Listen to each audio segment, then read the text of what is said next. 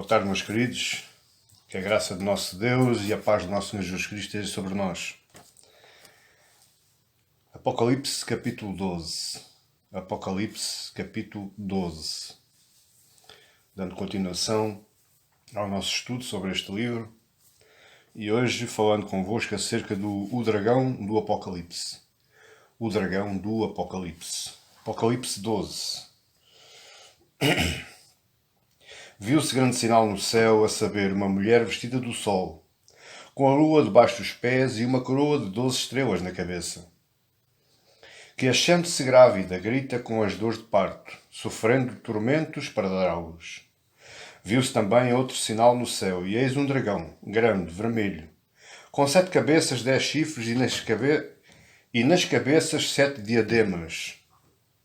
A sua cauda arrastava a terça parte das estrelas do céu, as quais lançou para a terra. E o dragão se deteve em frente da mulher que estava para dar à luz, a fim de lhe devorar o filho quando nascesse. Nasceu-lhe, pois, um filho, varão, que há de reger todas as nações com um cetro de ferro. E o seu filho foi arrebatado para Deus até ao seu trono. A mulher, porém, fugiu para o deserto, onde lhe havia Deus preparado o lugar para que nele a sustentem, durante 1260 dias. Houve peleja no céu. Miguel e os seus anjos pelejaram contra o dragão. Também pelejaram o dragão e seus anjos. Todavia não prevaleceram, nem mais se achou no céu o lugar deles. E foi expulso o grande dragão, a antiga serpente, que se chama Diabo e Satanás, e o sedutor de todo o mundo. Sim, foi atirado para a terra, com ele os seus anjos. E ouvi grande voz no céu proclamando: agora veio a salvação, o poder e o reino do nosso Deus, e a autoridade do seu Cristo, pois foi expulso o acusador de nossos irmãos, o mesmo que os acusa de dia e de noite, diante do nosso Deus. Eles, pois, o venceram por causa do sangue do Cordeiro e por causa da palavra do testemunho que deram, e mesmo em face da morte não amaram a própria vida. Por isso, festejai, ó céus, e vós, os que nele habitais, ai da terra e do mar, pois o diabo desceu até vós cheio de grande cólera, sabendo que pouco tempo lhe resta. Quando, pois, o dragão se viu atirado para a terra, perseguiu a mulher que dera à luz o filho varão. E foram dadas à mulher as 2 asas da grande águia, para que voasse até ao deserto, ao seu lugar. Aí é sustentada durante um tempo, tempos e metade de um tempo, fora da vista da serpente. Então a serpente arrojou da sua boca atrás da mulher água como um rio, a fim de fazer com que ela fosse arrebatada pelo rio. A terra, porém, socorreu a mulher. E a terra abriu a boca e engoliu o rio que o dragão tinha arrojado de sua boca. Irou-se o dragão contra a mulher e foi pelejar com os restantes da sua descendência, os que guardam os mandamentos de Deus e têm o testemunho de Jesus, e se pôs em pé sobre a areia do mar. Só até aqui a palavra do Senhor. Oremos. Senhor Deus e Pai, graças te dou por esta oportunidade de termos a Tua palavra aberta nas nossas mãos. Senhor, prepara o nosso coração, ilumina o nosso espírito. Senhor Santo Espírito, toma conta da nossa mente, do nosso intelecto, da nossa inteligência e faz-nos, Senhor, assimilar tudo aquilo que queres falar hoje a nós, ao Teu povo, esta tarde. Senhor, que seja assim, para a honra e para a glória do Teu nome. O abrir dos meus lábios e o meditar do meu coração sejam, Senhor, agradáveis na Tua presença, meu Deus, meu Rei e meu Senhor, em o nome de Jesus. Amém e glória a Deus. O dragão do Apocalipse. Este texto, este capítulo 12, poderia bem ser um tema de uma tela de Hollywood. Poderia ser um tema para a indústria cinematográfica de Hollywood fazer uma série, ou um filme, ou uma longa-metragem. Este poderia ser um tema de um conto de fadas. A fera, o filho e a mulher. a luta, a derrota e a vitória. Mas, meus queridos, este texto não é um conto de fadas. Este texto é uma história real. Este texto é a história desta terra onde nós habitamos. É a sua história, é a minha história, é a história da Igreja de Deus. Ela é narrada de uma forma incompreensível à nossa razão. Lendo friamente, sem a ajuda do Espírito Santo, este texto, estamos perante algo aterrorizador.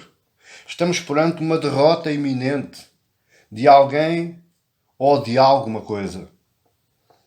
Mas este texto nos apresenta 3 personagens importantes: a mulher, o filho e a fera. A mulher, o filho e o dragão. Para que nós entendamos, a mulher, ela significa a igreja de todos os tempos, desde Adão até aos dias de hoje. O filho da mulher é Cristo Jesus. E a fera, este dragão vermelho, ela representa Satanás. E o capítulo 12, curiosamente, também tem 3 cenas distintas. A saber, em primeiro lugar, é a fera contra o filho, dos versos 1 ao 6. É a fera contra os anjos, dos versos 7 a 12. E é a fera contra a mulher, dos versos 13 ao 17. Porém, todas estas 3 cenas, elas têm um mesmo resultado. A fera é derrotada.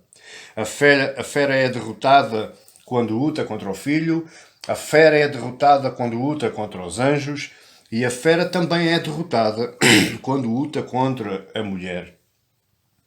Cada uma destas cenas é vista como um sinal. E isto é muito importante nós vermos isto com atenção. Na Bíblia, os sinais, ou mais propriamente o apóstolo João, ele fala em sinais quando se refere aos milagres operados por Jesus. Se nós virmos aí o verso 1, ele diz: viu-se um grande sinal. E no verso 3 diz que viu-se outro sinal no céu. Estes sinais são milagres, porque no grego, sinal quer dizer milagre. E é descrito, conforme eu disse, no Evangelho de João. A palavra milagre, ou sinal no grego, ela é semelion, ou milagre, ou sinal. No Evangelho de João, capítulo 20, no verso 30, diz: na verdade fez Jesus diante dos discípulos muitos outros semelhões, sinais, que não estão escritos neste livro. Estes, porém, foram registrados para que creiais que Jesus é o Cristo, o Filho de Deus, para que, crendo, tenhais vida em seu nome. Então, quando o apóstolo João escreve no seu livro do Apocalipse estes sinais, viu-se um grande sinal e viu-se outro sinal, ele está descrevendo autênticos milagres da parte de Deus em relação ao mundo e em relação à sua igreja. O que o João quer que nós entendamos é que Cristo Jesus é o nosso Senhor. Cristo Jesus é o nosso Salvador. Cristo Jesus é o sustentador das nossas almas.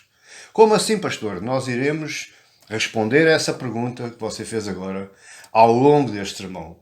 Quando chegarmos ao finalzinho do sermão, você vai dizer: Cristo Jesus é o meu Salvador e o sustentador da minha alma. Este é o objetivo deste capítulo 12.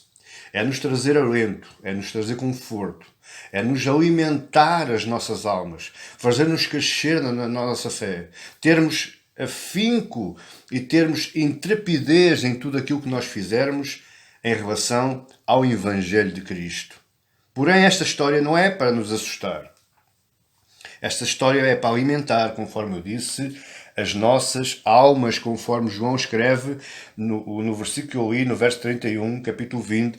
Estes, porém, estes sinais, estes milagres, tudo isto que se está passando aqui neste registro, foram registrados para que creiais que Jesus é o Cristo, é o Messias, é o enviado, o ungido de Deus, o Filho de Deus, para que, crendo, tenhais vida em seu nome. Então, creia em Jesus. Creia na vitória de Jesus. Creia no sustentador das nossas almas. Agora, curiosidade para que você entenda. O Apocalipse pode ser dividido em duas grandes partes. A primeira parte vai desde o capítulo 1 até o capítulo 11. A segunda parte vai desde o capítulo 12, que é o texto que nós temos em mãos. Abrimos agora a segunda grande parte do livro do Apocalipse e vai até ao final, ao capítulo 22. Do capítulo 1 ao capítulo 11, a primeira parte, nós vemos a perseguição contra a igreja na terra. Ou seja, nós vemos também, não só a perseguição, mas vemos os juízos de Deus caindo sobre os ímpios, em resposta às orações dos crentes. Do capítulo 12 ao 14, incluindo agora já a segunda parte, vemos a perseguição cruel do quarteto do mal. Satanás, o dragão, capítulo 12. O anticristo ou a besta do mar, capítulos 13 dos versos 1 ao 10. Vemos também o falso profeta ou a besta da terra, capítulo 13 do 11 ao 18. Vemos também a prostituta ou a Babilónia, e neste caso ela simboliza o mundo em geral, o mundo que nos rodeia, que também faz parte do quarteto do mal, e isso está no capítulo 14. Do 15 ao 22, vemos então a vitória do nosso Salvador, do nosso Rei Jesus. Entenda, o Apocalipse não foi escrito numa ordem cronológica. Muitos querem entender o Apocalipse cronologicamente, ou seja, colocando datas e tempos no Apocalipse. O Apocalipse não foi escrito numa ordem cronológica. Ele é escrito numa lógica dos factos. Ele é um registro daquilo que já aconteceu, daquilo que está acontecendo e daquilo que irá acontecer. É a lógica dos factos. Quais factos? Os decretos eternos e divinos de Deus que nós vimos lá na abertura dos 7 selos. Ele foi escrito também para ser visualizado como uma mensagem encorajadora da parte de Deus. O que eu gostava e o meu objetivo é que você, ao ler o Apocalipse, ele lhe desse coragem e ânimo para continuar nesta tão grande luta, nesta tão aventurada caminhada que é ser cristão, que é o cristianismo. A pergunta, por que é que o período entre a primeira e a segunda vinda de Cristo está descrita de forma simbólica, em numerário? Se nós virmos estes capítulos, falam-nos 3 anos e meio, eles falam-nos 1260 dias, ele fala aí de tempos e tempo e meio tempo. Tudo isto faz parte de um numerário figurativo, ou seja, é o fim dos tempos, os últimos dias que nós estamos vivendo. Sabemos que Jesus Cristo inaugurou os últimos dias, o final dos tempos, quando ascendeu aos céus a seguir à ressurreição. E ele vai fechar este ciclo de tempos quando ele vier na sua segunda vinda. Por que é que João usou 3 anos e meio para descrever este período que estamos vivendo? 3 anos e meio, 1260 dias, durante tempos e metade de um tempo. Por que é que ele fez isto? João estava pensando nos tempos do profeta Elias. Sabemos que o livro de Malaquias, ele termina com uma promessa de Deus, dizendo: eis que enviarei o profeta Elias e vos dará... Malaquias nós podemos ver rapidamente, para vocês entenderem porque é este tempo, porque estes dias, porque esta numeração, porque esta cronologia. Diz aí que no verso 5 do capítulo 4 de Malaquias: eis que vos enviarei o profeta Elias, antes que venha o grande e terrível dia do Senhor, e ele converterá o coração dos pais aos filhos e o coração dos filhos a seus pais, para que eu não venha ferir a terra com maldição. João estava-se lembrando do profeta Elias, porque os judeus, eles estavam em sua mente que quando os judeus falam através de Malaquias que ele enviaria o profeta Elias, a ideia deles partiram logo lá para a primeira de Reis, lá para o profeta Elias, o profeta da justiça. Através do apóstolo Tiago, no capítulo 5, verso 7, ele diz assim: sede, pois, irmãos, pacientes até à vinda do Senhor. Eis que o lavrador aguarda com paciência o precioso fruto da terra, até receber as primeiras e as últimas chuvas. Aqui as primeiras e as últimas chuvas, Tiago tinha em mente a primeira vinda de Jesus e a segunda vinda de Jesus. Assim como o profeta Elias, quando ele se vira para o rei Acabe, já cansado da deturpação, cansado de Acabe, cansado de Jezabel, e ele diz da parte de Deus: durante um tempo não choverá, não cairá chuva sobre Israel. E na realidade foi assim. 1 Reis 17 diz: então Elias o tesbita, dos moradores de Gileade, disse a Acabe: tão certo como vive o Senhor Deus de Israel, perante cuja face estou, nem orvalho nem chuva haverá nestes anos, segundo a minha palavra. Se nós vimos no capítulo 18, ele diz: muito tempo depois, verso 1, veio a palavra do Senhor a Elias no terceiro ano, dizendo: vai, apresenta-te a Acabe, porque darei chuva sobre a terra. Este tempo que não choveu sobre a terra, para castigar o rei de Israel e também por inerência o povo da nação de Israel, foram os 3 anos e meio. Curiosidade: porque é que o capítulo 12 inicia a grande parte do livro, a segunda grande parte do livro, e narra a mesma história da primeira parte? Em primeiro lugar, do verso 1 ao 11, nós vemos uma batalha travada na terra, contra a igreja na terra. No verso 12 ao 22, nós vemos uma batalha travada, a mesma batalha, mas agora travada nas regiões celestes. Então, não entenda o Apocalipse de forma cronológica, não leve à letra a numeração figurativa que nela está inscrita, porque esta é uma numeração profética, é simbólica, e também não separe os livros, os capítulos do Apocalipse. Não separe o capítulo 12 até ao 22 do 1 até ao 11, porque embora pareça que está assim, tão em sintonia, mas são batalhas, são realidades diferentes. Uma é uma batalha na terra e outra é uma batalha no céu. Agora, o que é que o capítulo 12 nos traz? O que é que nós podemos aprender com o capítulo 12? Primeiro, ele tem 3 personagens principais, a saber, a mulher. Verso 1 e 2 que lemos. Viu-se um grande sinal no céu, a saber, uma mulher vestida do sol, com a lua debaixo dos pés e uma coroa de 12 estrelas na cabeça. E achando-se grávida, grita com as dores de parto, sofrendo tormentos para dar à luz. Pergunta: quem é esta mulher?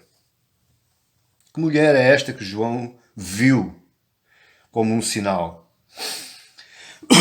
Perdão. Ela representa o povo de Deus, o Israel de Deus, a Igreja de Deus de todos os tempos, de todas as épocas, de todas as nações, línguas e raças. Gênesis 37 diz: teve ainda outro sonho e o referiu a seus irmãos, dizendo: sonhei também que o sol e a lua e 11 estrelas se inclinavam perante mim. Este foi a visão de José, que José contou aos seus irmãos, e esta visão era relativa ao povo de Deus, ao povo de Jacó, ao Israel de Deus. E esta visão, ela prefigura a Igreja de Cristo Jesus, que ele inaugurou com a sua morte, ressurreição e ascensão. Por isso Paulo diz em Gálatas 3, e ele está agora falando para cristãos, não para o povo judaico, não para o povo farisaico, não para os hebreus, mas ele está falando agora para os cristãos, na generalidade. Ele diz, Gálatas 3, sabei, pois, que os da fé é que são filhos de Abraão. Paulo não está excluindo os judeus da descendência de Abraão. O que Paulo está aqui dizendo é que os da fé, ou seja, os que creem em Cristo Jesus, os que têm fé em Cristo Jesus, são agora filhos de Abraão não geneticamente, não por descendência direta, mas espiritualmente, porque foi um povo que foi comprado, não que foi escolhido, mas agora foi comprado pelo sangue de Cristo naquela cruz. Verso 8. Ora, tendo toda a Escritura previsto que Deus justificaria pela fé os gentios, pré-anunciou o Evangelho a Abraão. Paulo está dizendo, quando Deus diz a Abraão, da tua descendência farei uma grande nação. Quando Deus fala isso a Abraão, ele está, na mente de Deus está a totalidade da igreja até à vinda de Cristo Jesus. Em ti serão abençoados todos os povos, de modo que os da fé serão abençoados com o crente Abraão. Veja que Paulo sobressai aqui. Em ti serão abençoados todos os povos, não o povo de Israel, mas todos os povos, de todas as raças, todas as épocas, de todas as línguas, todas as nações. Como é esta mulher? Esta mulher é bem adornada. Nós vemos aqui que ele destaca bem. Um belo adorno. Primeiro, ela está vestida de sol. E isto quer dizer que é a igreja gloriosa, como o sol é glorioso no seu esplendor nas tardes de agosto. É a igreja exaltada aos olhos de Deus. Segundo, ela tem uma lua, ela tem a lua debaixo dos pés. Isto nos traz a ideia de uma igreja poderosa, uma igreja que está acima da lua, uma igreja majestosa. A igreja reflete no mundo a luz do sol da justiça de Deus. Por isso é que ela está vestida do sol. O sol reflete a glória de Deus. Quando olhamos para o sol, tantas vezes eu já ouvi dizer o sol parece a glória de Deus. Ou o sol é semelhante à glória de Deus. Então esta mulher está semelhante à glória de Deus. Está vestida com uma semelhança da glória de Deus. É uma igreja que reflete ao mundo a luz da justiça de Deus. Ou seja, Cristo Jesus. Porque Ele é a cabeça da igreja. Mas ela também tem uma coroa com 12 estrelas. Esta coroa com 12 estrelas é o número completo. Ou seja, é uma igreja totalmente vitoriosa. Pode não ser ainda, aparentemente. A igreja cristã pode hoje estar sendo atropelada, pode hoje estar sendo atormentada, pode hoje estar sendo perseguida. Mas creia, meu querido e minha querida, que na plenitude dos tempos, quando Cristo Jesus vier, a igreja será coroada de grande vitória, porque o Paulo diz, conforme Ele venceu, assim nós venceremos. Conforme Ele ressuscitou, assim nós ressuscitaremos. Conforme Ele reina, assim nós reinaremos também. O povo de Deus do Antigo Testamento e do Novo Testamento estão juntos. Não pode haver separação. O povo de Deus até Cristo Jesus e o povo de Deus de Cristo Jesus até aqui estão juntos, estão simbolizados neste número 12. Veja que o livro do Apocalipse está no capítulo 21 e ele fala de 12 portais, 12 portas com 12 nomes e 12 fundamentos. Os nomes dos 12 patriarcas, os nomes dos 12 apóstolos. É a igreja. É o que fala aqui da coroa de 12 estrelas.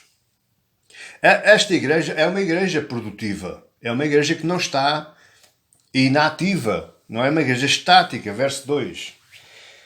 E achando-se grávida, grita com as dores de parto, sofrendo tormentos para dar à luz. Ora, seja com dor, seja com sofrimento, seja com tormentos para dar à luz, esta igreja não é uma igreja estéril, porque ela está grávida.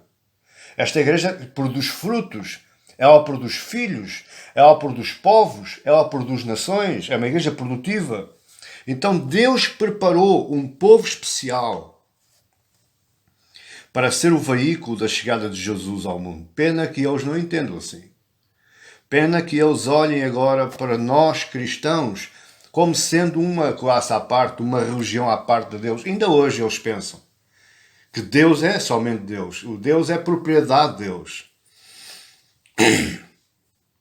Quando aqui fala no verso 2, as dores e tormentos para dar à luz, isto também pode pode-se entender que ao longo dos tempos, como a igreja é produtiva, como a igreja é uma igreja que dá à luz vários filhos, dá à luz vários povos, este processo foi muito longo e doloroso.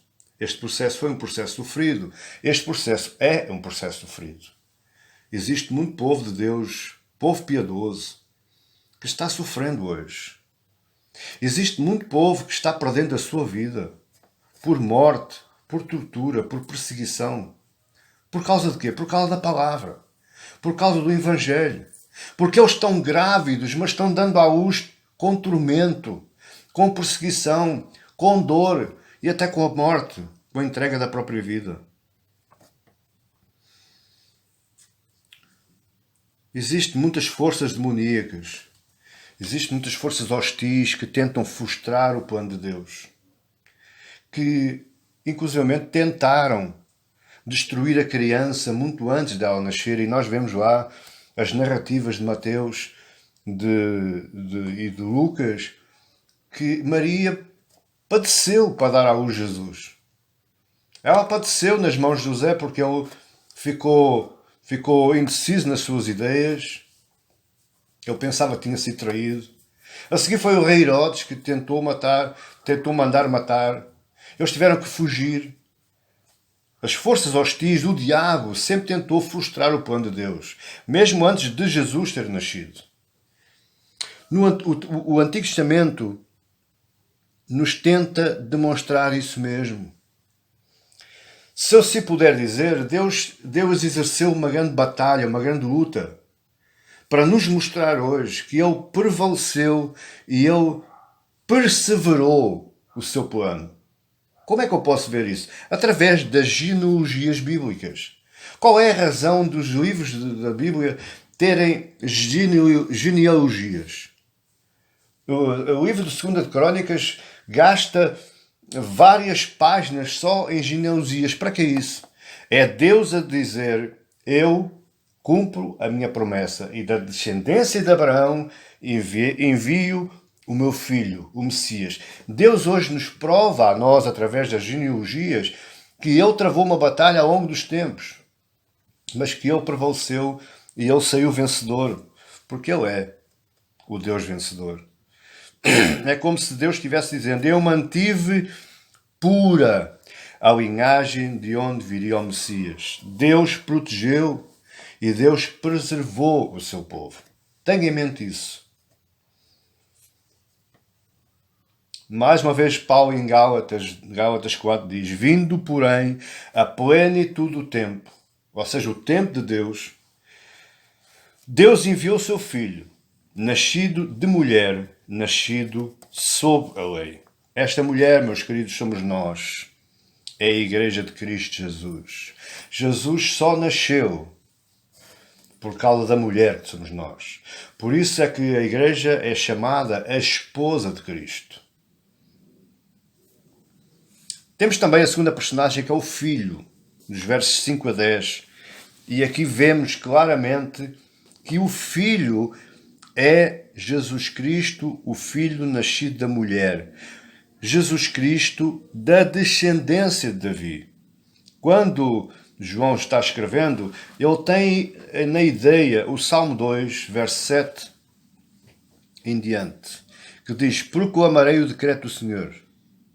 Ele me disse: tu és meu filho, eu hoje te gerei. Pede-me e eu te darei as nações por herança e as extremidades da terra por tua possessão. Com vara de ferro as regerás e as despedaçarás como um vaso de oleiro. Veja o que é que ele fala aqui, a partir do verso 5. Nasceu-lhe, pois, um filho varão, que há de reger todas as nações com um cetro de ferro, como está aí no Salmo 2. E o seu filho foi arrebatado para Deus até ao seu trono. A mulher, porém, fugiu para o deserto, onde havia Deus lhe preparado lugar para que nele a sustentassem durante 1260 dias. Mas temos também a terceira personagem, que agora voltemos atrás, está no verso 3, que é chamado o dragão vermelho. Verso 3. E viu-se também outro sinal no céu, e eis um dragão grande, vermelho, com 7 cabeças, 10 chifres, e nas cabeças 7 diademas ou coroas. Vamos agora ver isto melhor. O vermelho. Porquê o dragão vermelho?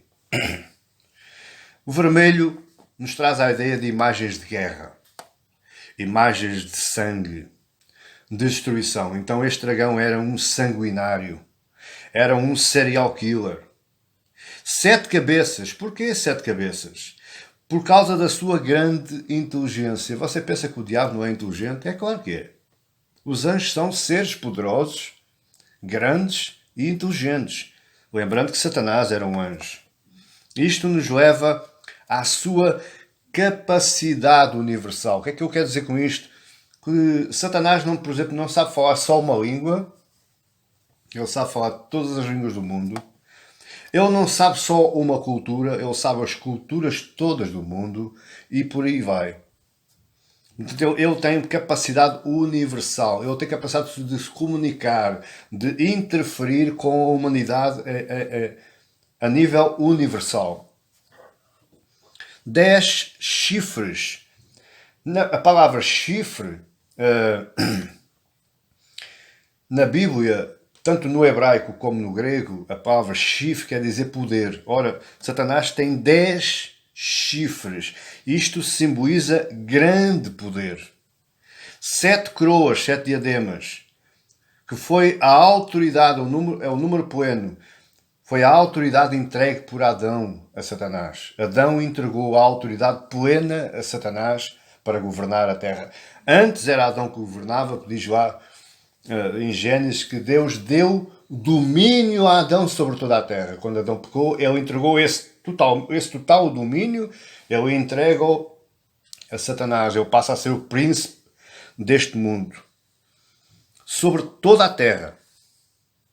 Conforme Paulo diz aí, em 2 Coríntios 4, nos quais o Deus deste século é Satanás, é o príncipe deste mundo, cegou o entendimento dos incrédulos para que não lhes resplandecesse a luz do Evangelho da glória de Cristo, o qual é a imagem de Deus.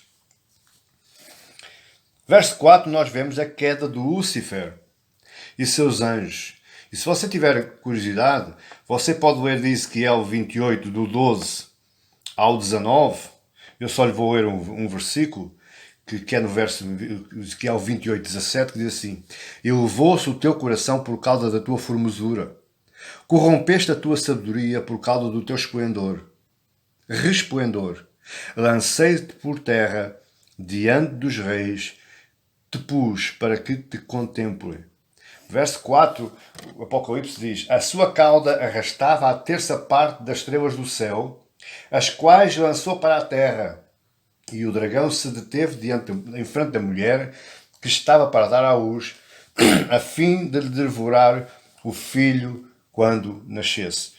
O livro de Ezequiel, o livro de Isaías, ele diz que quando Lúcifer foi derrotado por Deus, ele foi lançado na terra e trouxe consigo a terça parte dos anjos. Quando João fala aqui, no verso 4, a sua cauda, ou seja, o seu comportamento, o seu rasto, trouxe consigo a terça parte das estrelas. As estrelas aqui é os anjos que estavam no céu, são os anjos caídos. Quem é este dragão? Como é que nós podemos compreender este dragão? No verso 9 ele diz que era a antiga serpente. E foi expulso o grande dragão, a antiga serpente. A antiga serpente, isto nos leva para Gênesis 3.1. A serpente que levou Adão e Eva a se revoltarem contra Deus. Em Gênesis fala em serpente, em Apocalipse fala em grande dragão. Porquê isto? Porque é o grande dragão e depois a antiga serpente. João quis que o povo que estava escutando esta carta entendesse que realmente quem era o grande dragão. Ele conduziu a mente do povo para Gênesis 3.1. Então, mas porquê dragão e não só serpente? Porquê grande serpente? Porque ao longo dos séculos, até aos dias de hoje, O diabo foi crescendo em astúcia, em maldade, em poder sobre os homens. Ele começou como uma serpente, enganando apenas dois, e hoje ele é uma grande serpente, um grande dragão, enganando uma humanidade inteira ao longo dos séculos. 6, 7 mil anos até hoje. Ele foi crescendo em astúcia, em maldade, em poder sobre os homens. Ele também tem outros nomes. Diabo, fala aí a Bíblia, é o acusador. É aquele que acusa o povo a Deus. Ele também tem o nome de Satanás ou opositor. Opositor a quem? A mim? Não. Opositor à obra de Deus. Quando ele me tenta e consegue me tentar, quando ele me tenta e consegue me ludibriar, a única coisa que ele está fazendo é opor-se à obra de Deus. Opor-se ao trabalho de Deus em relação à minha vida. Ele também é o enganador, o sedutor dos homens. E ó que sedutor! Eu costumo muitas vezes dizer que a nossa vida, o nosso mundo tem prazeres. E grandes prazeres. Aliás, o pecado nos traz mais prazer do que o Evangelho. O pecado nos satisfaz. O pecado nos transforma. O problema são dois problemas. Primeiro, esse prazer me deteriora, me mata, me lança para o fundo dos infernos. Segundo, esse prazer é de tempo, é de pouca duração. Você já reparou um toxicodependente ou um alcoólatra? Eles estão felizes enquanto dura o efeito da droga. Quando passa o efeito da droga, entram num caos, entram num tormento. Entram a chamada ressaca. E têm que tomar novamente a mesma droga ou a mesma quantidade de álcool para que retornem novamente ao prazer. E assim por aí adiante. Assim é o prazer do pecado, assim é o prazer de Satanás. Assim é esta sedução que Satanás traz aos homens. É um vício de morte. É um vício destruidor. Quais são as frentes de combate deste dragão vermelho? Desta grande serpente? Outra pergunta. Como é que o diabo tenta destruir a obra de Deus? Será que... Olhe para mim. Será que Deus se sente todo poderoso, omnisciente, omnipotente, omnipresente, o Criador dos céus e da terra, aquele que domina, que o mundo está sobre é o tapete dos seus pés, aquele que desenrola o firmamento com a palma das suas mãos como uma cortina se tratasse, aquele que colocou, dispôs todas as estrelas no céu, lhes deu nome por ser grande em força e forte em poder, quando a chama nenhuma delas vem a faltar. Aquele que derrotou o próprio Lúcifer, o anjo de luz, o querubim. Você acha que alguém consegue destruir, ou alguém consegue destruir a obra de Deus? É verdade. O diabo consegue. Quando nós damos aso, quando nós damos libertação, quando nós damos liberdade a Ele, Ele consegue destruir a obra de Deus no coração dos homens. Mais um que se perde. Como é que Ele tenta? Veja, em primeiro lugar, Satanás peleja contra o próprio Cristo. Não é só contra o cristãozinho. Não é só contra o pastorzinho. Não é só contra a congregação. Ele peleja, ele faz luta, guerra aberta contra o próprio Jesus Cristo. Versos 3 e 4. Versos 4. E a sua cauda arrastava a terça parte das estrelas do céu, as quais lançou para a terra. E o dragão se deteve em frente da mulher que estava para dar à luz, a fim de lhe devorar o filho quando nascesse. Satanás tentou matar Jesus após ele nascer. Herodes mandou matar todas as crianças de 2 anos para baixo. Inclusivamente, se José e Maria não tivessem ouvido o Espírito Santo e tivessem fugido para o Egito, Jesus Cristo tinha sido morto. Como é que o diabo quis fazer isso? Através do pensamento de Herodes, através da cobiça, da inveja de Herodes. A Escritura nos ensina isso, que o diabo fez de tudo para que Jesus não nascesse. Mas Jesus nasceu, glória a Deus. Jesus cresceu, diz lá Lucas, que ele crescia em estatura e em sabedoria diante de Deus e dos homens.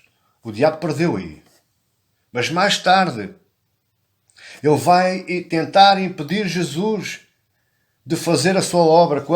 Quando Jesus sai das águas do Jordão e se encaminha impelido pelo Espírito para o deserto para ser tentado. E onde permaneceu 40 dias e 40 noites, sendo tentado por o diabo. E as únicas 3 tentações que a Bíblia nos narra são aquelas tentações que nós conhecemos. Onde o diabo oferece pão a Jesus porque ele estava faminto. Onde o diabo oferece as riquezas do mundo e o diabo disse para Jesus: se tu me adorares, eu ofereço-te isto tudo. Ele mostrou toda a grandeza do mundo. E por último, o diabo tentou que Jesus o adorasse. Na sua fraqueza. Lembrando que Jesus era 100% homem e 100% Deus, mas como 100% homem, ele estava sentindo fraquezas, ele estava debilitado. E aí Satanás tentou, novamente, na mente de Jesus, levá-lo a reconhecer a sua debilitação e dizer: pronto, vencestes, tu és o maior, mas mesmo assim o diabo não conseguiu. Segundo ponto, como é que ele tenta destruir a obra de Deus? Ele ataca a própria igreja. Verso 5. Nasceu-lhe, pois, um filho varão, que há de reger todas as nações, Jesus, com o cetro de ferro. E o seu filho foi arrebatado por Deus até ao seu trono. Isto foi na ascensão. Agora, na sequência do versículo, verso 6. A mulher, porém, a mulher ficou aqui na terra. O filho foi arrebatado para Deus até ao trono de Deus. A mulher, porém, ficou aqui na terra. A mulher, porém, fugiu para o deserto, onde lhe havia Deus preparado o lugar para que nele a sustentem durante 1260 dias. A mulher aqui é a igreja. A mulher ficou aqui na terra ainda. A mulher só subirá depois, na segunda vinda de Jesus. A igreja fugiu para o deserto. Por que é que a igreja fugiu para o deserto? Por ser atormentada pelo diabo. Este deserto aqui é uma imagem figurada. Porquê é uma imagem figurada? Porque ela figura a imagem dos refugiados. A mulher refugiou-se no deserto. Por outras palavras, a mulher se exilou no deserto. Fugiu. Como fogem os refugiados políticos e os refugiados de guerra. A mulher fugiu para o deserto, exilou-se, refugiou-se no deserto. Porquê? Porque o mundo não é o espaço da igreja. Olha o que eu estou a dizer. Para aquele cristão e cristã, irmão minha, irmão meu, que tenta lutar todos os dias neste mundo para prevalecer, para enriquecer, para crescer, para estar bem na vida, lembre-se do que eu estou dizendo. O mundo não é o espaço da igreja. O mundo não é o lugar da igreja. Nós somos peregrinos. Repare que Abraão, quando ele sai lá da terra de Ur, dos caldeus, da terra dos pais, ele peregrinou nos desertos. A igreja de Deus estava peregrinando nos desertos, estava se refugiando nos desertos. Ele rodeou, ele morou na terra de Canaã, a terra prometida. Nós hoje, queridos, nós estamos peregrinando no deserto. Estamos nos refugiando nos desertos. Porquê? Porque nós somos apenas peregrinos. Nós somos estrangeiros nesta terra. A nossa vida é transitória, é temporal nesta terra. Um dia nós iremos morrer fisicamente, deixaremos esta carcaça velha e 3 segundos depois estaremos abraçados no seio do Pai. Graças a Deus, glória seja o seu nome. Mas durante este período profético, sim, nós estamos vivendo um período profético. Nós temos uma profecia, nós temos uma promessa de Deus, que quando aqui na terra se acabar o nosso tempo, nós estaremos no céu. Este é um período profético de Deus. Nós estamos vivendo um período profético, é a nossa vida profética aqui nesta terra. Neste período profético, Deus cuida de nós nos nossos desertos, nos nossos exílios, nos nossos refúgios. E você pergunta assim, mas como é que Deus cuida do seu povo no deserto? Como é que Deus cuida do seu povo nos problemas? Com os problemas, com as doenças, com as dificuldades, com as necessidades. Como é que Deus cuida do seu povo? Em primeiro lugar, capítulo 7 de Apocalipse, verso 3, capítulo 9 de Apocalipse, verso 4, Deus diz que nos selou com o seu selo na testa. Nós somos propriedade exclusiva de Deus. Ninguém mexe, ninguém toca, ninguém condena. Essa é a primeira proteção. Segunda proteção está no capítulo 11, verso 1, quando ele manda o João medir ao redor do trono onde está a sua igreja. Isto nos ensina que Deus sabe quem são os seus. Por isso, Jesus diz, todo aquele que vem a mim que o Pai me entrega, nenhum Deus se perde. Por isso Jesus diz que eu sou o bom pastor e o bom pastor dá a vida para as suas ovelhas. Elas conhecem a minha voz e elas me seguem. Deus sabe quem nós somos. Deus sabe quem são os seus. Terceiro, como é que Deus nos cuida do seu povo no deserto? Nos dando asas como uma grande águia. Veja aí o verso 14. E foram dadas à mulher as duas asas de uma grande águia, para que voasse até ao deserto, ao seu lugar, e aí onde é sustentada durante um tempo, tempos e metade de um tempo, fora da vista da serpente.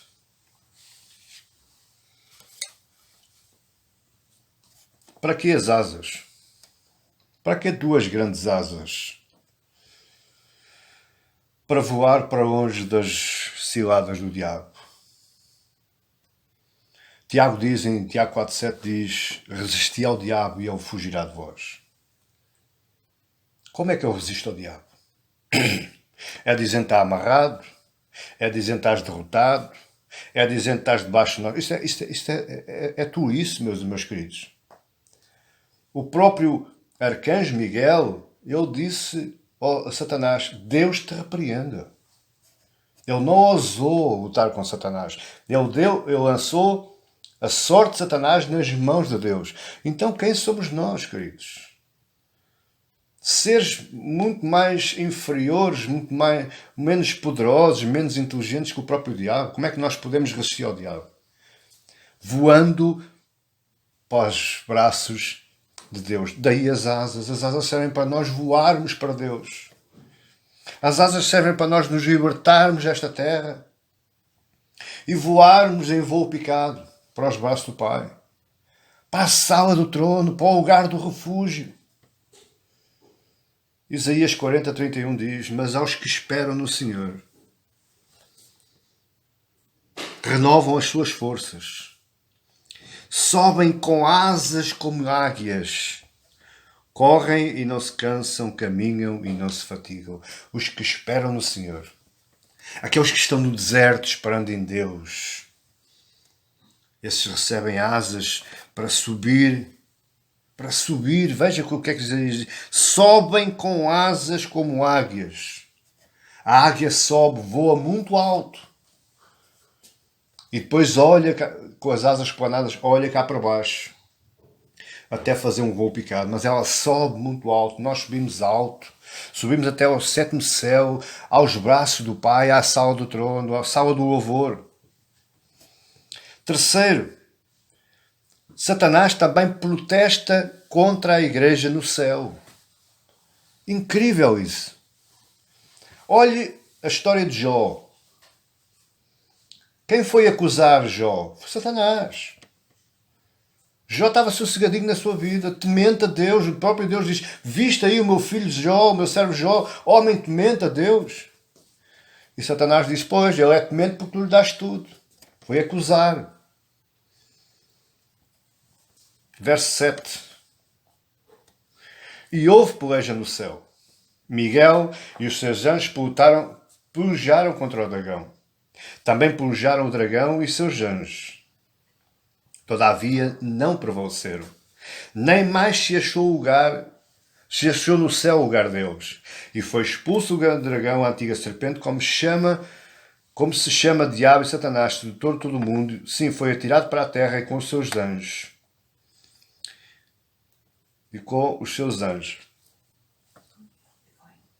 Houve peleja nos céus. Não era este versículo que eu queria ler para vós? No verso 10. Então ouvi grande voz no céu proclamando: agora veio a salvação, o poder, o reino do nosso Deus e a autoridade do seu Cristo. Pois foi expulso o acusador de nossos irmãos. O acusador de nossos irmãos. O acusador da igreja. O mesmo que os acusa de dia e de noite. Veja que o diabo não dorme. Enquanto você está dormindo, descansando a sua cabecinha no travesseiro, o diabo está o acusando. O diabo está dizendo, mas ele continua sendo pecador. Ele continua sendo falho. Ele continua tendo defeitos. Ele agora arrepende-se, mas amanhã peca outra vez. Ele está sempre acusando a igreja, o povo, os nossos irmãos, a você e a mim, de dia e de noite. Diante do nosso Deus. No verso 11. Eles, pois, o venceram por causa do sangue do Cordeiro. Veja, a igreja vence não porque faz alguma coisa. A igreja vence porque o sangue do Cordeiro está sobre eles. E mais, e por causa da palavra do testemunho que deram. A palavra nos faz dar testemunho perante o diabo e perante os homens. Agora veio a salvação. Em João, o apóstolo João, na sua primeira carta, capítulo 2, verso 1, diz: Filhinhos meus, estas coisas vos escrevo para que não pequeis. Todavia, se alguém pecar, temos advogado junto ao Pai, Jesus Cristo, o justo. O diabo acusa a igreja. O diabo acusa a si e a mim. Mas nós temos um advogado. E esse advogado, pasme-se, é aquele mesmo que verteu o seu próprio sangue naquela cruz através do seu sacrifício. Cristo Jesus, o justo. Não tema, não tema. Satanás também persegue a igreja através do engano. Importante isto, você vai ouvir agora. Através do engano. Verso 13. Quando, pois, o dragão se viu atirado para a terra, perseguiu a mulher que dera à luz o filho, o varão. E foram dadas à mulher as 2 asas de grande águia, para que voasse até ao deserto, ao seu lugar, e é onde é sustentado durante um tempo, tempos e metade de um tempo, fora da vista da serpente. Então, a serpente arrojou da sua boca, atrás da mulher, água como um rio, a fim de fazer com que ela fosse arrebatada pelo rio. O que é esta água como um rio que a serpente jorra da sua boca?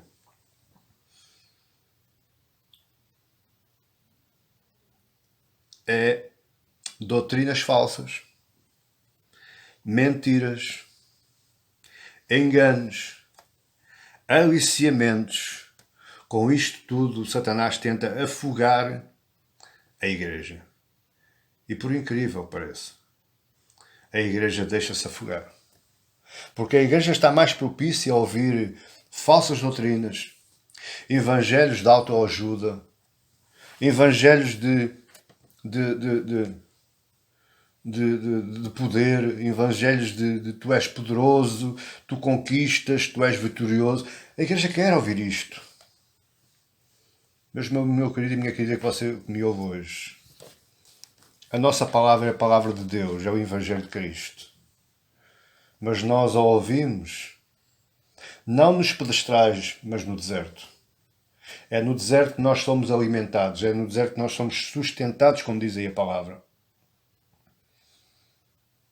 Não nas cadeiras mais altas, não nos lugares mais altos, não a surfar as ondas da fé. Isso são aliciamentos que Satanás nos traz. Mas diz aí no verso 16 que a terra ajudou. A terra, porém, socorreu a mulher, e a terra abriu a boca e engoliu o rio que o dragão tinha arrojado de sua boca. O que é isto? O que é que João nos traz aqui? A terra socorreu a mulher. Se nós sabemos que a terra não nos traz nada de bom e nós não pertencemos a esta terra, porque é que a terra socorreu a igreja, socorreu a mulher? Abriu a sua boca, engoliu o rio que o dragão tinha arrojado da sua boca. Engoliu as mentiras, engoliu os falsos evangelhos, engoliu as doutrinas falsas, engoliu os enganos, os aliciamentos. O que é isto? Deus utiliza, amada igreja, os seus meios de graça. Deus, embora estejamos no deserto, embora estejamos sendo atormentados, sendo perseguidos, com dúvidas, com mágoas, com frustrações, Deus concede-nos meios de graça, fiéis pastores, que enfrenta a sua igreja, protegem o rebanho, com doutrinas puras, com doutrinas verdadeiras. A palavra nos liberta, a palavra nos cura. Efésios 5 diz que o homem deve lavar a sua mulher, purificá-la com palavra. Fiéis pastores que pregam o evangelho com coragem, com intrepidez, sem vergonha, sem medo, sem receio, sem temor. Pastores que pregam sem medo de represálias, sem medo de ficar sem fiéis, de pregar só para 1 ou 2 ou 3 elementos na sua congregação. Esses pastores são meios de graça que Deus concede à sua igreja. À igreja que está sendo perseguida e quase que tragada pela água do demónio. E o dragão se vai irar. Ele não vai ficar satisfeito. Verso 17 ele diz: irou-se o dragão contra a mulher e foi pelejar com os restantes da sua descendência, os que guardam os mandamentos de Deus e têm o testemunho de Jesus, e se pôs sobre a areia do mar.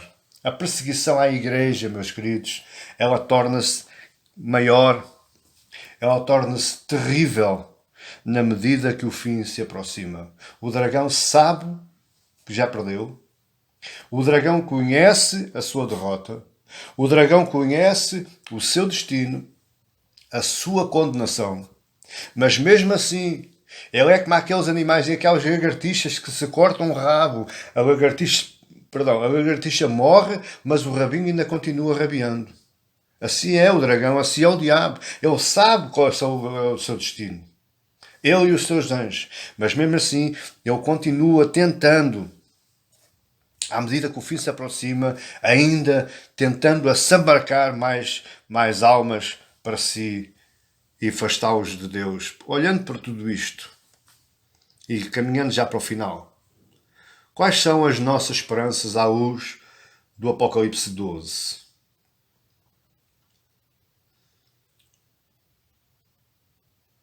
Entenda uma coisa, nós, a igreja, nós estamos no meio de uma enorme batalha cósmica.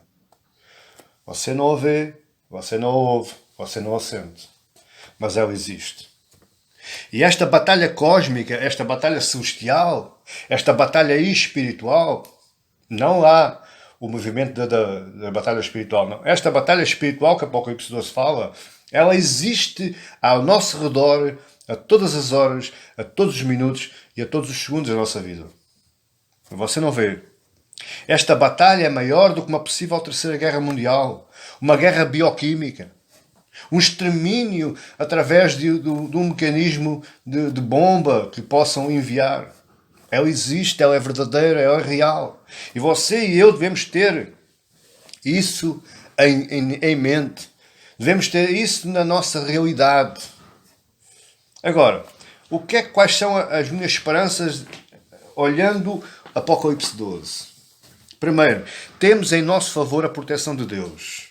Deus dá-nos desertos de refúgio, onde, como está aí o verso 14, onde nos sustenta, aí onde é sustentada durante um tempo, tempos e metade de um tempo, fora da vista da serpente. 1 de Reis 17, Deus deu um deserto de refúgio ao profeta Elias. O profeta Elias entrou numa amargura, entrou numa angústia por causa de Acabe e por causa de Jezabel, e Deus diz, olha, retira-te daí, verso 17, capítulo 17, verso 2, 1 de Reis.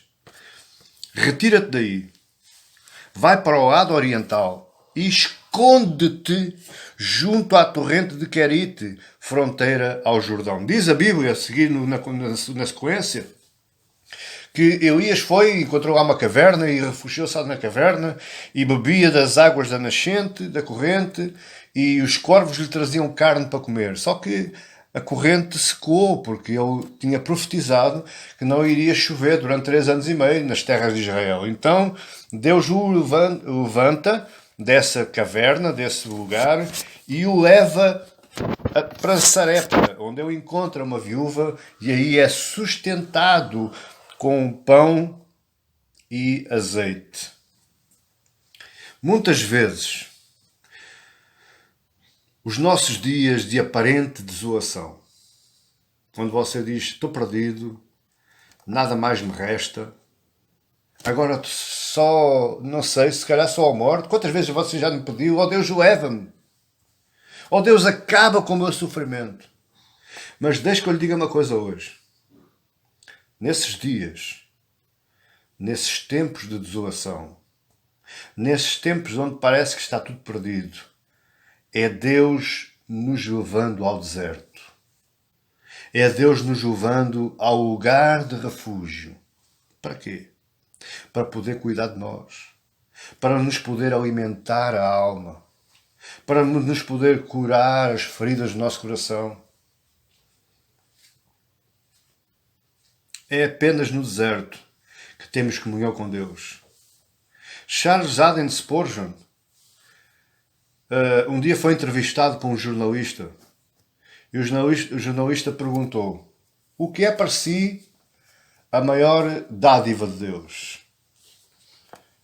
Spurgeon olhou para o jornalista e disse: consequentemente, na boca de cristãos, a maior dádiva de Deus é a saúde, é o bem-estar na vida. Mas para mim, a maior dádiva de Deus para mim é a doença. O jornalista arregou os olhos e olhou para ele e disse: Spurgeon, a doença é a dádiva de Deus? E ele disse: é, porque eu quando estou doente é quando estou mais próximo de Deus. Não estou a fazer outras coisas, não estou empenhado com outras ideias, com outros projetos. Não, eu estou doente, estou acamado e ali sou só eu e Deus. Então, meu querido e minha querida, olhe para mim. O deserto, o lugar de refúgio de Deus, é o lugar da comunhão com Deus. É no deserto que você tem mais comunhão com Deus. É quando você está passando pelo deserto, é que você analisa todos os acontecimentos da sua vida e diz: glória a Deus, porque ali está a mão de Deus, ali está a mão de Deus, ali está a mão de Deus, ali está a mão de Deus e ali está a mão de Deus. É no deserto que você consegue visualizar os verdadeiros milagres de Deus. É no deserto que você consegue visualizar a verdadeira graça e misericórdia de Deus sobre a sua vida. É no deserto que você consegue ver que você ainda não morreu, porque Deus o sustenta. Deus é o sustentador da sua vida e da sua alma. Glória seja dada ao nome dele. Desertos da vida, meus queridos, não são castigo de Deus, como muita gente diz. Estás passando pelo deserto porque pecastes. Estás passando pelo deserto porque és pecador. Estás passando pelo deserto porque estás-te afastado de Deus. Não! Não! 1000 vezes não. O deserto é cuidado de Deus na nossa vida. Asas de águia são as nossas orações. Asas de águia é o nosso tempo com a palavra. Quando nós oramos e quando nós meditamos na palavra, nós estamos voando para os braços de Deus. Nós estamos voando para o terceiro céu. Nós estamos voando diretamente para a sala do trono. Aprenda a usar o deserto. Não se lamente. Não murmure. não se queixe, não culpe a ninguém, não culpe os outros, não se culpa a si próprio, não culpa Deus. Pelo contrário, exalta Cristo, porque você está passando pelo lugar de refúgio de Deus. Terceiro, temos em nosso favor também a intervenção dos anjos. Anjos não são para nós adorarmos. Anjos não são para nós venerarmos. Aliás, neste mesmo Apocalipse, João se ajoelha perante o anjo diz, não, levanta-te, porque eu sou um igual a ti. Anjos são agentes ministradores de Deus em nosso favor. Veja que no verso 8, os anjos de Deus, os anjos ministradores de Deus, derrotaram Satanás e os seus anjos. Todavia não prevaleceram. Verso 9. E foi expulso o grande dragão, a antiga serpente, que se chama Diabo e Satanás, o sedutor de todo o mundo. Sim, foi atirado para a terra e com ele, foi atirado Satanás e com ele os seus próprios anjos, os anjos caídos. Anjos são ministradores em nosso favor. E o salmista, no Salmo 91, diz, Salmo 91, 11 diz, porque aos seus anjos dará ordens a teu respeito. Para quê? Para tu os adorares? Para tu os venerares, como existem muitas instituições religiosas que o fazem? Não. Dará ordens a teu respeito, para que te guardem em todos os teus caminhos, e eu acrescento, e até no teu deserto. Lucas, quando Jesus estava no jardim de Getsemane, e Jesus estava com o rosto postado no chão, o seu suor eram gotas de sangue, Jesus estava em plena frustração, em plena agonia, a sua alma estava agoniada até à morte. Lucas vai dizer que os anjos vieram e consolaram Jesus. Jesus estava no seu deserto. Jesus estava no seu lugar de refúgio, no jardim de Getsemane. Mas na sua agonia, na sua dúvida, na sua frustração, os anjos vieram e o consolaram. A Deus toda a glória, sim. Mas os anjos são, sim, anjos, servos de Deus em favor dos santos. Eles cuidam de nós. Habitua-se a pedir a Deus, Senhor, envia os teus anjos. Que me apoiem nos meus caminhos. Que me levantem os meus braços, como foi com Moisés, Arão e Ur. Que eles sustentem os meus braços para que eu os mantenha elevados a ti, Senhor. Que eles mantenham a minha coluna vertebral direita para que eu caminhe e não rasteje. Habitua-se a pedir a Deus a ação dos anjos na sua vida. Quarto lugar. Quarto e último lugar. Temos em nosso favor também, não só a ação dos anjos, ministradores de Deus, mas temos em nosso favor a ação intercessora de Cristo. Nasceu-lhe, verso 5, nasceu-lhe, pois, um filho varão, que há de reger todas as nações, com cetro de ferro. Ele é o Rei dos Reis, o Senhor dos Senhores. Na sua coxa direita está isso mesmo escrito. Rei dos Reis, Senhor dos Senhores, um nome sobre todo o nome. Como diz lá em Filipenses 2, verso 5, com cetro de ferro. E o seu filho foi arrebatado para Deus até ao seu trono. Amada igreja, amado e amada irmã, será que você pensa que Jesus foi para o seu trono, foi arrebatado como conclusão da sua obra e agora senta-se no seu trono e se regala com todas as iguarias que lhe são devidas? Não. Ele concluiu uma obra na terra, ele está concluindo uma obra no céu e ele ainda irá concluir uma outra obra, que é quando ele vier e arrebatar a sua igreja. Mas esta obra, quando ele sobe ao céu, ele inicia uma nova obra. E esta obra chama-se advocacia.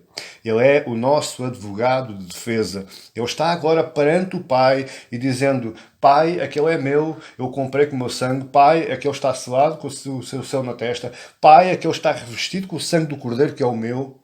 Ele está agora como advogado de defesa, intercedendo, como diz Hebreus 7, verso 25. Por isso, também pode salvar totalmente os que por ele se chegam a Deus, vivendo sempre para interceder por ele.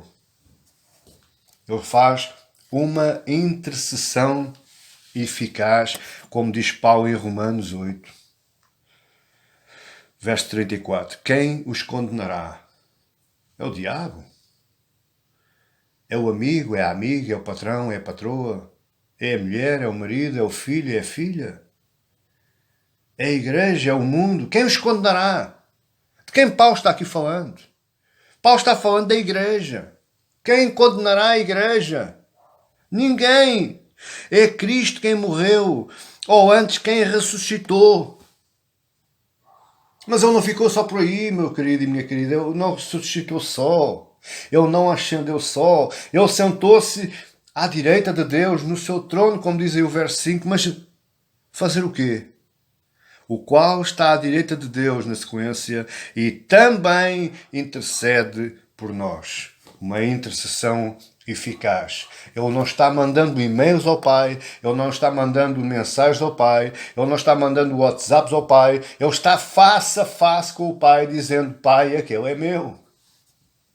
Pai, eu comprei. Glória a Deus. Qual deve ser a nossa postura? Você ouviu agora este sermão. Qual é a sua postura? Qual deve ser a sua postura daqui para a frente? Para que este capítulo 12 de Apocalipse se torne prático na sua vida diária. Para que ele produza efeito na sua vida. E que embora você caminhe pelo deserto, como diz o Salmo 23, embora eu caminhe, eu ando no vale da sombra da morte, não temerei mal algum, porque o Senhor está comigo. Qual é a sua postura agora?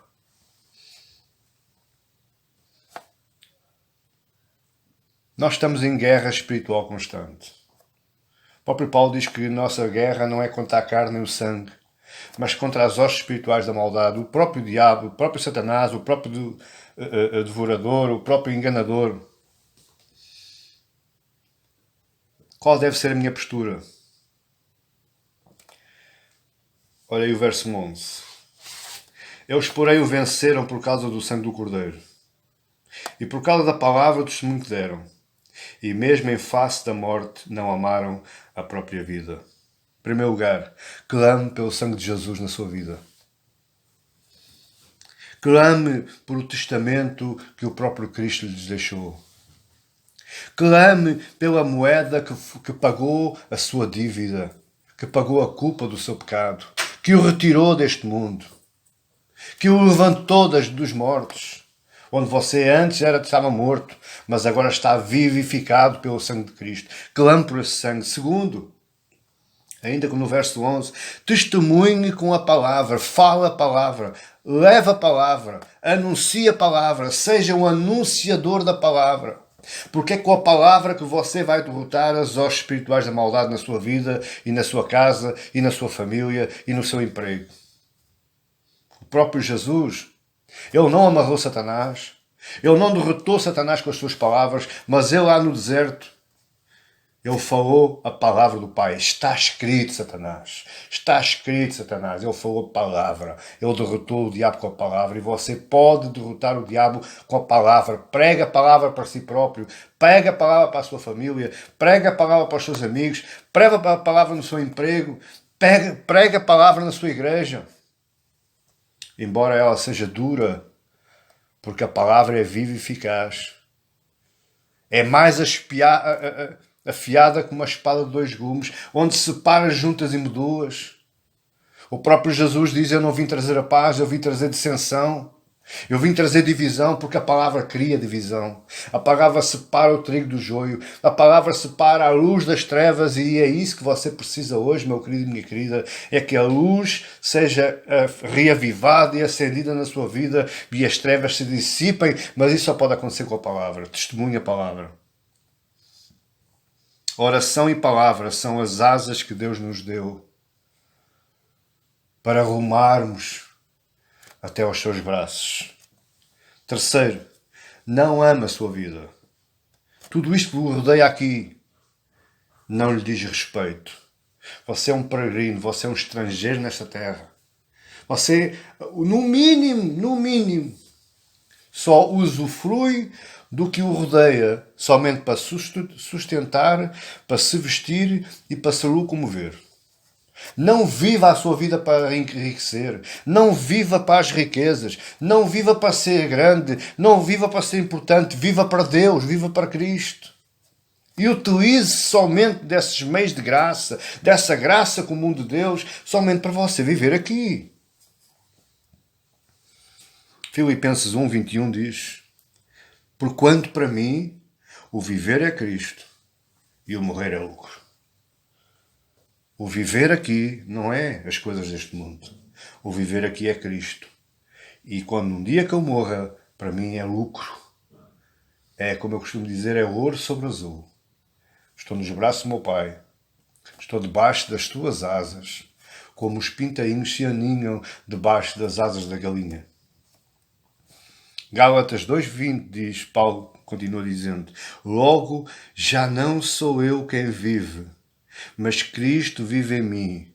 E esse viver que agora tenho na carne, vive pela fé no Filho de Deus que me amou a si mesmo que me amou e a si mesmo se entregou por mim. Veja o que é que Paulo está aqui dizendo. É importante isto. Eu vivo hoje, mas a minha carne já não me importa mais. Porque se eu vivo na carne aqui hoje, é somente pela fé no Filho de Deus, Cristo Jesus. Nada mais me importa. Apenas a minha comunhão com o Pai, a minha intimidade com o Pai e a palavra que o Pai fala para mim. Queridos, eu quero terminar dizendo: a vitória está assegurada aos que creem no seu nome. A vitória está assegurada aos que creem no nome de Jesus. A igreja, meus amados, não está caminhando para um fim trágico. Não vai ser esta pandemia do Covid-19 que vai matar a igreja, que vai aniquilar a igreja. Não. A igreja está caminhando para uma eternidade gloriosa. Apesar de poder hoje estar em pleno deserto, apesar de poder hoje estar em plena angústia, em plena agonia, sem aparente esperança, mas a igreja não está vivendo ao Deus dará. A igreja não está vivendo, não está a caminho do abismo. A igreja está suportada pela mão de Deus. Não é Deus que vai caminhando consigo, é você que vai caminhando pela mão de Deus. O caminho pode ser estreito, a porta apertada, o caminho pode ser duro, chão pedregoso, mas você não vai cair no abismo, porque Ele sustenta a sua igreja e Ele já derrotou o diabo na sua vida e Ele vai cumprir a obra que Ele mesmo começou. Amém? Oremos, queridos. Senhor Deus, que maravilha, Pai, ouvir a Tua palavra, que maravilha, Pai, ouvir o consolo que Tu nos trazes, Senhor, à nossa alma. Eu te peço, ó Deus, agora que ouvimos, Senhor, que esta palavra não fique somente nos nossos ouvidos, mas que o Seu Santo Espírito nos traga ao profundo dos nossos corações. Que nós sejamos amparados, consolados, guiados por esta palavra, através do Teu Espírito, Senhor. Que esta palavra nos traga vida, nos traga paz, nos traga alegria e nos traga consolo. Eu oro, Senhor, por estes que estão-me assistindo. Eu oro, Senhor, por estes que estão-me assistindo com saúde. Os que estão-me assistindo sem saúde. Estes que estão passando, Senhor, pelo deserto das suas vidas. Que eles possam te reconhecer, Senhor, como aquele que os guarnece com asas como águia. Dá-lhes, Senhor, a vontade de orar. Dá-lhes, Senhor, a vontade de meditar na Tua palavra. Dá-lhes, Senhor, a vontade de ter comunhão contigo. Tu Tu sejas glorificado, Senhor, através de cada um de nós. Assim eu oro. E assim eu creio. E é em nome de Jesus que eu o faço, Senhor. Para a honra e para a glória do teu nome. Amém. E que Deus te abençoe em nome de Jesus.